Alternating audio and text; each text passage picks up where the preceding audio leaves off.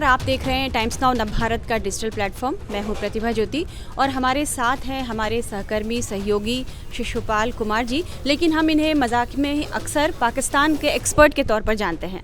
पाकिस्तान के army chief field marshal असीम मुनीर ने एक बार भारत को फिर से परमाणु हमले की धमकी दी है। अभी हाल ही में असीम मुनीर अमेरिका के दौरे पर गए थे और ऑपरेशन सिंदूर के बाद यह उनकी दूसरी अमेरिका यात्रा थी। वे जब अमेरिका जाते हैं वहाँ की धरती से कुछ ऐसा बोल देते हैं जिससे भारत को जवाब देना ही पड़ जाता है। असीम मुनीर ने कहा कि यदि हिंदुस्तान से इस्लामाबाद को किसी तरह का खतरा होता है तो वे आधी दुनिया को लेकर डूब जाएंगे। आखिर असीम मुनीर क्यों भारत को बार बार परमाणु हमले की धमकी देते हैं? भारत ने इस पर अपना जवाब भी दिया है। भारत की प्रतिक्रिया आई है। भारत ने कहा कि इस तरह की गीदड़ भभकी देना जो है पाकिस्तान की पुरानी आदत है और भारत किसी भी तरह की ब्लैकमेलिंग से नहीं डरता है। आखिर क्या वजह है कि पाकिस्तान बार बार भारत को परमाणु हमले की धमकी देता है? उसके पास कितनी ताकत है? उसके पास कितना परमाणु कह सकते हैं कि कितने परमाणु हथियार हैं जिसकी बदौलत वो कूदता रहता है? हम बात करेंगे हमारे सहकर्मी शिशुपाल जी से। शिशुपाल जी, ये बताइए कि पाकिस्तान का जो वेपन सिस्टम है वो किस तरह का है? देखिए, अगर हम पाकिस्तान के परमाणु सिस्टम की बात करें, परमाणु बम सिस्टम की बात करें, तो जाहिर है कि उसके पास हथियार हैं और इतने सक्षम हैं कि वो भारत तक पहुंच सकते हैं। इसमें कोई सवाल जो है नहीं है।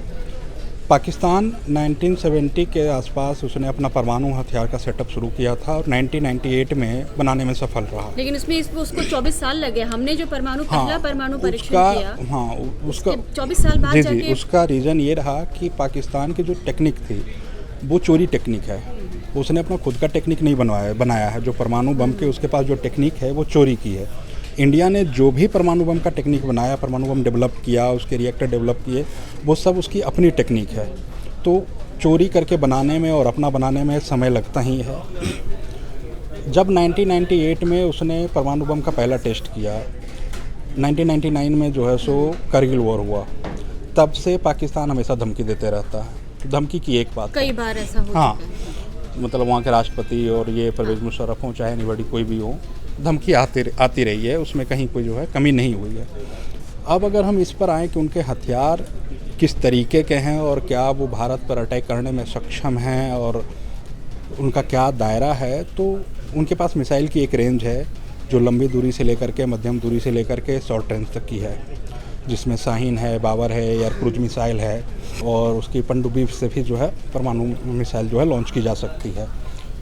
लेकिन वो जो परमाणु मिसाइलें हैं या जो उनके विमानों के ज़रिए जो परमाणु हथियार गिराए जा सकते हैं, अभी के लिए ये तो कहना बिल्कुल ही ये है कि इंडियन क्षेत्र में वो एंट्री कर सकते हैं।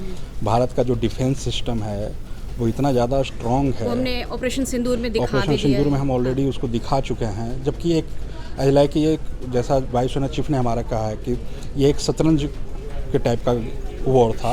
मतलब ये एक ऑपरेशन था, ये एक वॉर भी नहीं है। जब हम इसको पूर्ण युद्ध में जब जाएंगे, क्योंकि परमाणु बम का इस्तेमाल तो ये है नहीं कि आज हम सुबह का नाश्ता किए और शाम में जा करके जो है अटैक कर दिए। तो ये परमाणु बम का इस्तेमाल तभी आप कर सकते हैं या करने की सोचते हैं जब आप हार की कगार पे खड़े हों, जंग पूरी छिड़ी हुई हो। और वैसे कंडीशन में अगर आप लॉन्च करने की कोशिश अगर करेंगे तो डिफेंस के साथ साथ हमारा अटैक सिस्टम भी तो है। हमने अभी ही जब उतनी दिखा दिया, उनके एक छोटा सा हमने ट्रेलर दिखाया है, तो आगे तो और भयंकर ही नज़ारे उनको देखने को मिलेंगे। ये जो पाकिस्तान जो असीम मुनीर धमकी दे रहे हैं, कई बार कह चुके हैं और इससे पहले भी कई बार धमकियां दी जा चुकी है। आखिर इस परमाणु जो हथियार है उसका बटन दबाने का कंट्रोल किसके पास है पाकिस्तान में? ये हमें थोड़ा समझाइए। ये एक दिलचस्प चीज़ है पाकिस्तान में। अगर आप डॉक्यूमेंट पे जाएंगे तो कहने के लिए एनसीए के पास है, जिसका अध्यक्ष पीएम होता है, वहाँ का प्रधान नेशनल कमांडिंग अथॉरिटी जो है उनके पास उनकी जो है वहाँ पर पीएम अध्यक्ष होते हैं। वहाँ पर सेनाध्यक्ष हो गए, रक्षा का, वायु का, वित्त मंत्री, रक्षा मंत्री, ये सारे उसके सदस्य होते हैं। ये डिसाइड करना है कि भाई ये परमाणु बम जो है हमको बनाना है, लॉन्च करना है, क्या करना नहीं करना है। उसके नीचे की बाकी दो इकाइयाँ होती हैं। उसमें से एक होता है कि भाई परमाणु बम कहाँ तैयार करना है, कहाँ पर सेट करना है, कहाँ पे उसका कमांड सेंटर बनाना है, और एक जो होता है कि परमाणु बम का डेवलपमेंट सिस्टम देखता है। तो एनसीए का ये सिस्टम होता है। उसके रक्षा का जो अधिकार होता है वो एसटीपी के पास होता है। और इन्हीं सिस्टमों के बीच में हम और आप जानते हैं कि पाकिस्तान में जो लोकतंत्र है और वहाँ की लोकतांत्रिक सरकार जो है, वो लोकतंत्र है क्या वहाँ? उसकी तो ये जो एनसीए वगैरह है, मुझे लगता है ये सिर्फ एक वैश्विक सिस्टम को दिखाने के लिए, दुनिया को दिखाने के लिए कि नहीं जी हमारे पास ऐसा नहीं है कि सिस्टम नहीं है, हमने परमाणु मुनीर के फैसले पर डिपेंड नहीं है। लेकिन हम और आप दोनों जानते हैं और दुनिया लगभग जानती है कि वहाँ की सरकार का कमांड जो है, सरकार वो सेना के पास है।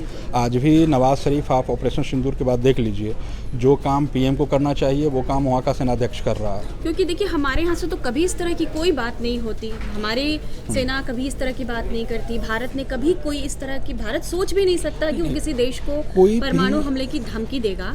तो आखिर पाकिस्तान के पास ऐसी क्या कौन सी पॉलिसी है उसकी, जो परमाणु नीति उसकी कौन सी है? क्या वो सीधा इस्तेमाल कर सकता है किसी पर, या थोड़ा सोचता विचारेगा, जैसा कि जब तक किसी दूसरे देश से आक्रमण ना हो तब तक वो नहीं करेगा? नो फर्स्ट यूज़ की पॉलिसी है या क्या है? इसे भी थोड़ा देखिए, नो फर्स्ट यूज़ की पॉलिसी जो है इंडिया अपनाता है, और ये परमाणु हथियारों की दुनिया के रेस में जो है सबसे बेहतरीन पॉलिसी मानी जाती है कि हम तब तक अपने बम का इस्तेमाल नहीं करेंगे जब तक सामने वाला ना करे।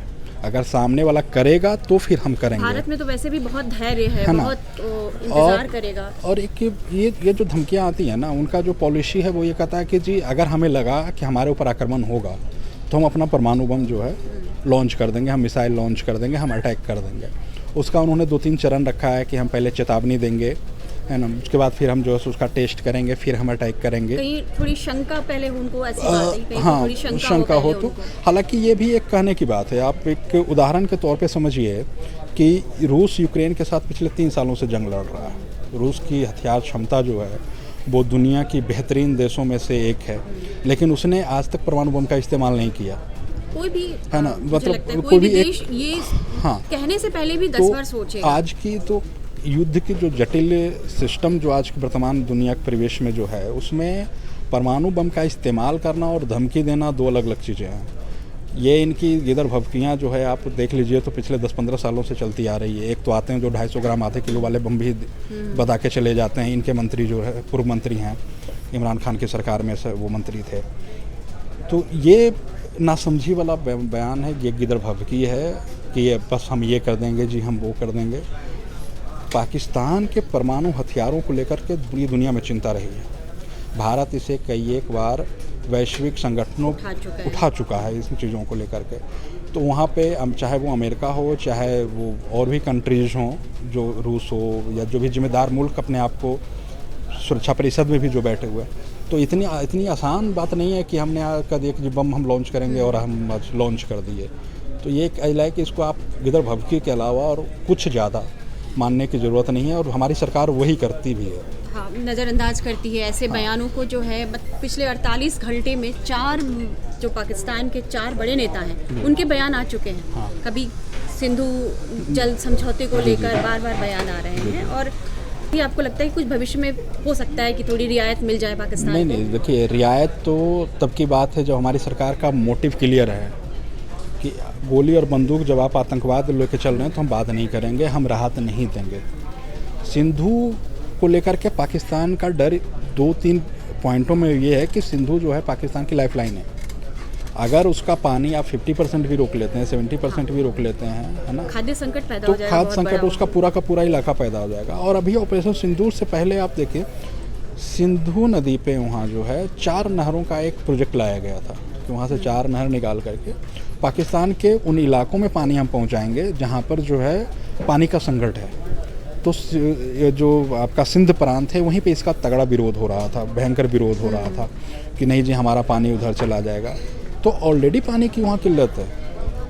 आप समझिए इस बात को कि आप बिना एक भी हथियार चलाए, एक भी गोली चलाए, वहाँ पे आप पाकिस्तान को ख़त्म कर सकते हैं।